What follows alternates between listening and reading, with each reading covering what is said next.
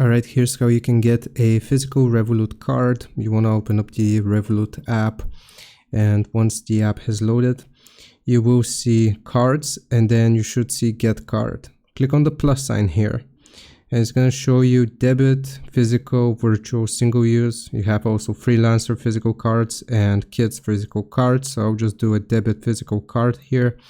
It's going to show you the different options. So we have the standard. We have the Ultra Platinum, which requires Ultra Plan, Metal. You also have Premium and Plus, and also Special Edition. For us, we will do the first one, the standard one. Here we can click on Get Card at the bottom. And you can also add your own personalized design for about $4. So here you can type anything.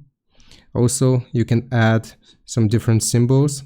As you can see, just like that, you can move them to the side, which is a really cool feature in my opinion. And also you can draw.